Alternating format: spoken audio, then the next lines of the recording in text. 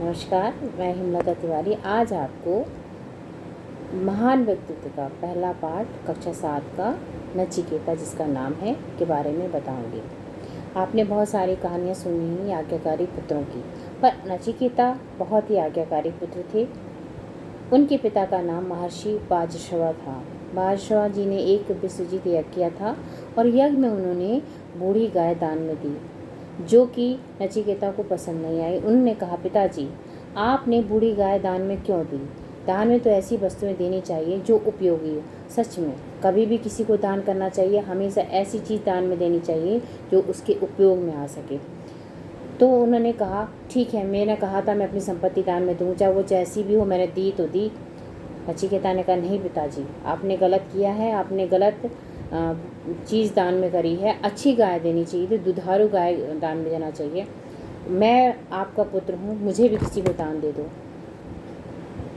बादशाह सुन रहा था, बार बार हट करने लगा, मुझे भी दान में दे दीजिए। उन्होंने कहा, जा, मैं तुझे यमराज को दान में देता हूँ। नचिकेता बहुत ही आज्ञाकारी थी। अपने पिता की आज्ञा का पालन करने के लिए वो यमराज के पास जाने के लिए अपने पिता से आज्ञा मांगने लगे। आज्ञा मांगी।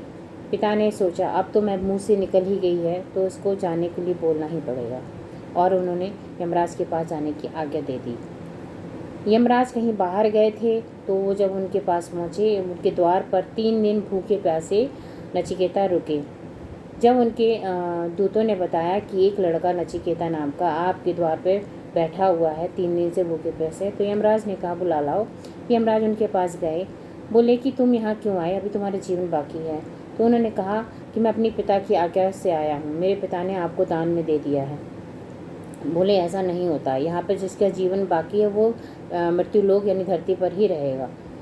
चलो ठीक है, मैं तुमसे बहुत प्रसन्न हूँ, तो अपने पिता की आज्ञा को मानकर मेरे पास आए। उन्होंने कहा, अच्छा ठीक है, अब कोई वरदान मांगो। तो उन्होंने कहा, ठीक है, मेरे पिता मुझे पहचान ले अगर मैं मृत्यु लोक जाऊँ तो, और उनका गुस्सा समाप्त हो। बोले, तथास्तु।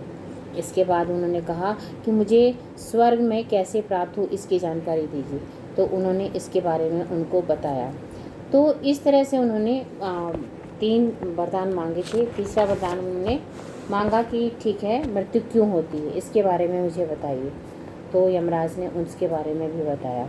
नचिकेता सारा ज्ञान प्राप्त करके वापस अपने पिता बादशाह के पास मृत्युलोक पहुँचे। पिता अपने पुत्र को देखकर बहुत खुश हुए। उन्होंने कहा, इतना आज्ञाकारी पुत्र, मैं धन्य हो गया। तो इस कहानी से हमें ये शिक्षा मिलती है कि नचिकेता अपने पिता के लिए कितने आज्ञाकारी पुत्र साबित हुए। साथ ही हमें दान में ऐसी वस्तुएं देनी चाहिए जो दूसरों के उपयोग में आ सके।